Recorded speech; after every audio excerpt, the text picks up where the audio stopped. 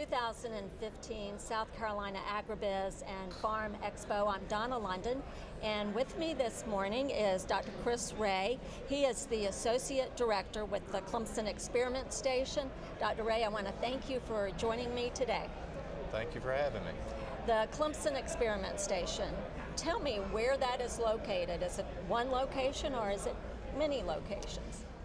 Well, both actually. The experiment station, as far as administratively, is headquartered on campus in Bar Hall at Clemson University. And it's made up of a network of research and education centers, which were formerly called experiment stations, so that leads to some confusion at times. But each research and education center across the state has a focus, and our primary mission is to solve problems. We conduct research to provide answers to problems that growers have in the state, and then the Extension Service takes that information and delivers it to the growers. And how does the information come to you about what the needs are? That works in reverse normally, where the Extension folks hear about problems from their growers. They have inquiries about problems. And of course, sometimes we just work on novel research to provide better solutions than we currently have to an existing problem. So we have input from the growers through Extension. We have direct contact with some of our scientists from growers. People in the industry will oftentimes tell us about problems or limitations. And so we conduct research to try to find answers to those problems or to provide better solutions to the way we do business in agriculture today.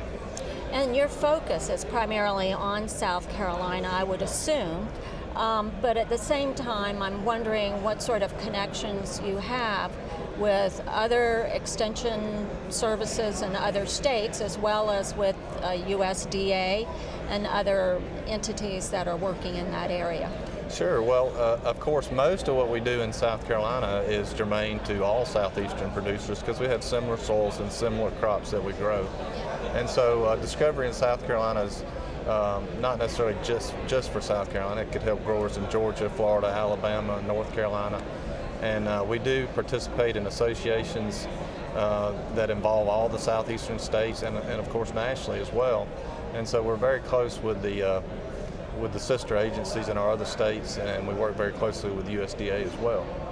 And you've been with this area, with the experiment stations for a while, but I'm wondering what sort of changes you've seen over time.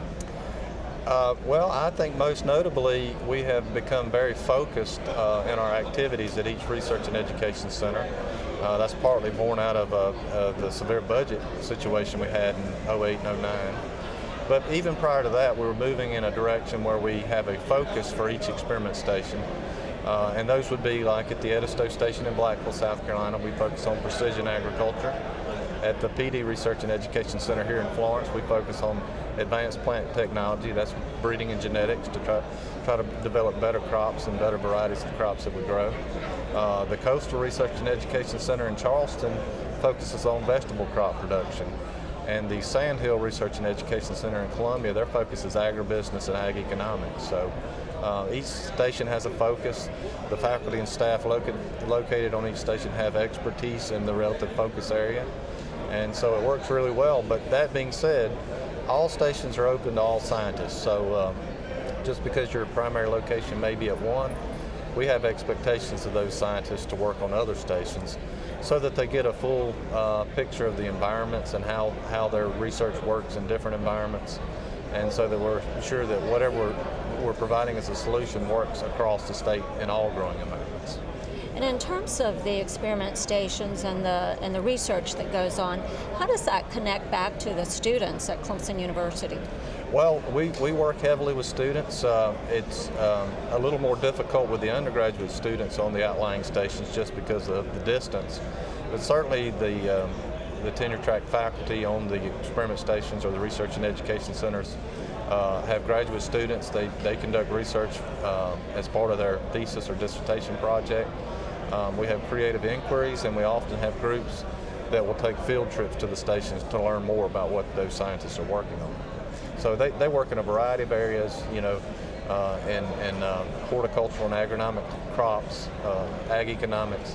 And so any course on any of that subject material would be relevant to the scientists working in an area, and it actually extends the teaching capabilities of the main campus. I imagine in this type of work, which I say this type, and it is so very broad, but with such a breadth of research going on and such interest in the area, that partnerships are critical to your line of work. Yes, they are. Partnerships internally between stations, with industry, with government agencies that fund research. Grant funds are becoming more and more competitive, so it's imperative that we work closely with those and we align the research we're doing to meet the research objectives, whether it's USDA NIFA or some of the commodity boards in the state. We receive funding from them to conduct a lot of the research that we do on those centers. And as we look forward, what are you hoping to see come out of the experiment stations? Are there particular areas of study or particular programs that you have expectations or major expectations for over the next few years? Well, I have major expectations for all of them, and they're all doing great work, but some of the newest programs, I mentioned the Advanced Plant Technology program, that centers around plant breeding and genetics, and of course I have a bit of a bias. My doctorate is in plant breeding, and so I expect those folks to develop and release a lot of good varieties for the growers of South Carolina, to find new uses for materials that we're already growing. And secondly, at Sandhills, we're hiring a group of agribusiness professionals, PhDs and ag economists, that will support the growers with budgets and making decisions that will help them be more profitable. So those are the most recent things. This year, we received funding to support hiring of 18 new scientists across all stations. And so we expect big things, of course, out of those 18 new faculty members. And we're in process of hiring those folks now. And so with that, that's a big upturn in manpower. And so I expect we'll see a lot of productivity from these new people as well. Wonderful. Now, we've been talking about agribusiness, and you've been talking about agribusiness in this conversation. We frequently, in the past at least, would separate, at least saying agribusiness, it was agriculture or it was business. Do you foresee, or are we doing anything in the area of training students or providing education for students that combines those elements, because that's what it is? Yeah, I think we're definitely doing that. I think some of the students that are going to be in the new curriculum, we have an agribusiness curriculum on campus. And that is an undergraduate curriculum? Yes, okay. And I believe graduate degrees will be available as well. Okay. So this is a very good area to go into as a student. There are a lot of job opportunities. Recently, commodity prices have been very good, so there are a lot of people with more interest in agriculture. And so I think they have a very, very high incidence of placement when they graduate with these types of degrees. And of course, adding a focus to one of our centers will only strengthen that. And when we look at the trends that are facing agriculture, are there particular areas of study that maybe we haven't discussed yet that are something that we need to be very aware of and to be moving towards? Certainly, I think if you look at the world population, it's not getting smaller. Although the land that we have to grow food and fiber for the world is getting smaller. So I think the challenge is across all disciplines to make more yield for any crop that we grow worldwide in order to fulfill the demands and the needs of the people that live in the world.